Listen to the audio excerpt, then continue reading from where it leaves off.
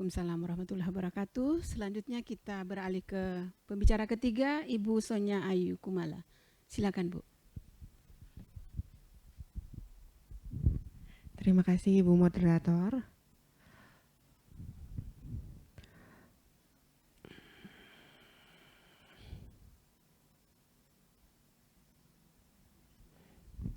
Assalamualaikum warahmatullahi wabarakatuh. Namo Buddhaya, Salam. Izinkan saya menampilkan sedikit tulisan kecil saya, yaitu tentang naming practice of Rumah Kawin Cina Benteng Tangerang, articulating identity and preserving heritage. So, it is about an onomastic studies about names and meaning. Onomastic studies examine the relationship between name and its reverend, between a name with each cultural and historical background. Linguistic onomastic is the study of name that considered as a branch of linguistics that analyze the structure of meaning of names. And then specifically in this study, I would like to concern on the study of toponymy. Namely, it is the part of comparative historical linguistics which trace the root of words in naming. This is the main books or resources that mainly used in my articles. And then next. So in this study, I would like to use the subject itself. It is Cina Benteng. Cina Benteng is a Chinese community in Tangerang. It is a term used to call, Chinese community which is live nearby the fort or benteng, namely Benteng Makassar in colonial era. Tangerang is well known of having a lot of benteng or forts that is utilized as the military defense of Dutch or VOC. Cina Benteng call themselves as BK, or it is the abbreviation that they has a mother of Bibi, it is Indonesian or pribumi, and then his father is Singke, or it is a term to call that Cina. Cina Benteng spoke dialect Cina Benteng, which is the combination of Melayu, Betawi, and Sunda. They rarely spoke Hokkien, but still understand it passively. The physical characteristic is having fair brown skin and narrow eyes, and then socially they are known as farmer and living in the middle low economic level. And in the New Order era, Cina Benteng received discrimination both in economic, political, and cultural sectors. And then specifically in this study, I would like to use rumah kawin or rumah pesta atau gedung, which is used by Cina Benteng to hold a marriage ritual. Rumah kawin has two main functions. First is practical function as a place to hold a wedding party, and the second is having a social function. It is a symbol of family success in carrying out a meaningful marriage. In Cina Benteng society, marriage isn't just about two individuals getting married, but also about building broader relationship between families. It is a traditional wedding that being held in rumah kawin in several days, consisting sangjit or the engagement, and then malam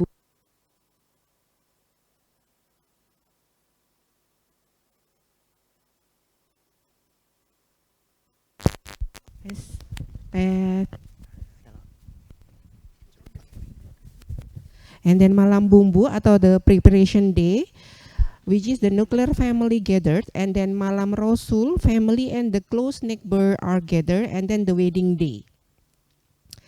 This is some picture of rumah kawin, which has usually a parking lot, and then the hall, and then the traditional kitchen, and then we call it as clean kitchen, and then there is some venue to prepare the weddings. And then in this writing, I would like to combine the linguistic theory with the cultural theory, namely the production of speech.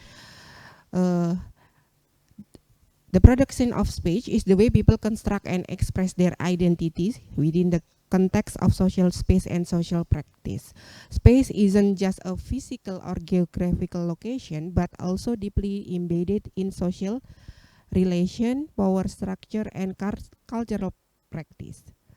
So it is argued that space is socially produced where it is the identity is being articulated. And then the problem is, in the modernization and globalization, rumah kawin or Cina Benteng face some challenge in performing their cultures. There are some rumah kawin isn't being functioned, neglected, and being switched into other business that is considered more profitable. So in the studies, naming practice of rumah kawin will be used to explore the articulation of identity and the preservation of heritage. And then I do an ethnographic research, and then it is a qualitative by doing an interview, recording, and also by asking some informant. And then this research documented that there are still 10 rumah kawin in Tangerang, mostly in Kabupaten Tangerang, namely Rumah Kawin Hengki, Melati, Lijitong, Empe Anglian, and so on. From the respondent, I have 25 respondents, and then I asked them some question by the guidance of dialectological ethnography and dialectological research to seek the meaning of categorical meaning and associative meaning. So the categorical meaning explore the semantic meaning of the name of rumah kawin. Mostly they use proper names, 18%, and then for 10%, name of plant, and then name of God. And then for associative meaning is the image atau citra yang terpikirkan dalam kognitif informan about rumah kawin.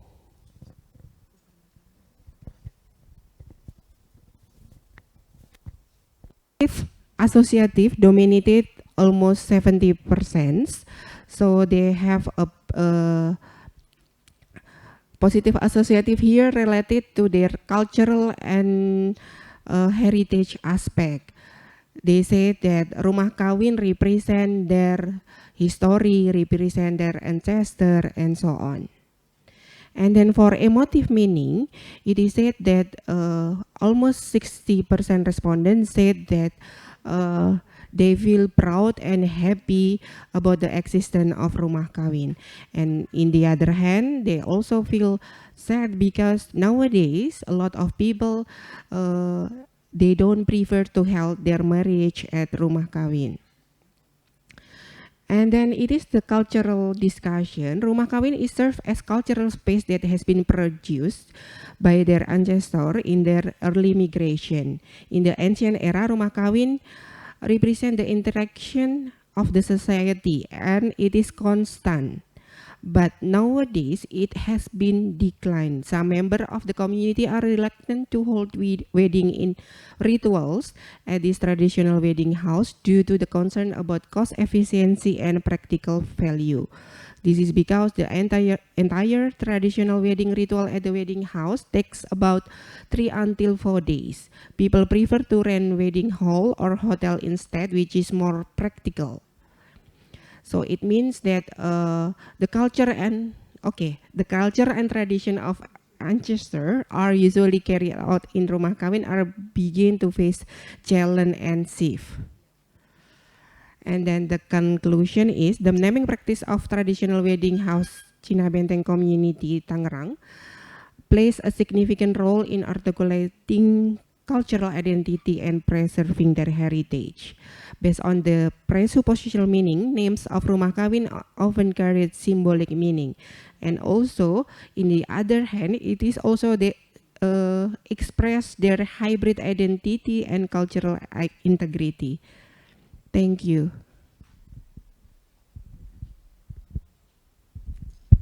Thank you, Ma'am. Demikian tadi pemaparan dari 3 pemakalah kita. Sekarang kita masuk pada sesi tanya jawab. Untuk tanya jawab pertama, saya buka sesi 1 sampai 3 orang. Silakan Bapak Ibu. Untuk mengingatkan tadi presentasi pertama dengan judul Church Names in Yogyakarta. Kedua, Exploration of the Meaning of the Local Wisdom in Village. Yang ketiga, Naming Practice of Rumah Kawin Cina Benteng. Silakan Bapak. Yang kedua ada? Ya silakan, langsung saja. Untuk pemakalah yang pertama tadi masalah penamaan gereja. Saya sebagai umat Kristiani sangat bangga, Pak. Sampai berinding saya ini. Kok bisa dalam kegiatan seperti ini bisa terungkap masalah penamaan gereja. Terima kasih, Pak. Tuhan memberkati. Yang menjadi pertanyaan bagi saya, Pak, kalau bisa jangan terbatas hanya sampai domain linguistik. Mungkin dielaborasi lagi dengan pendekatan yang lain.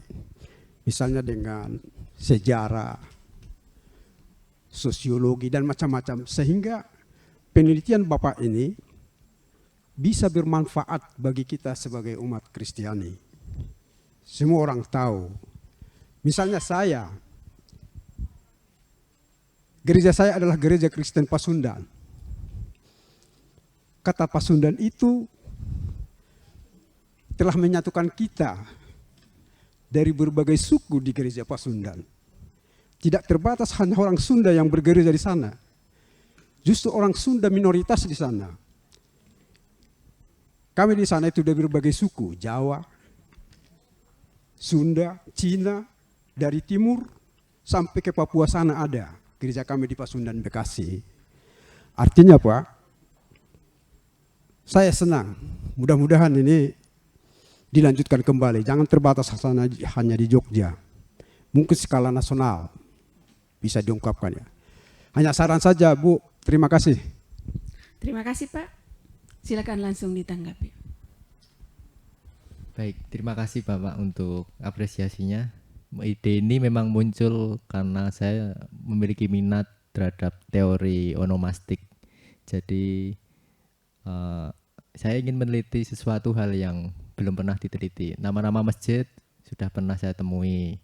Nama-nama penelitian saya itu nama-nama produk Indofood dan Wing sudah saya teliti juga.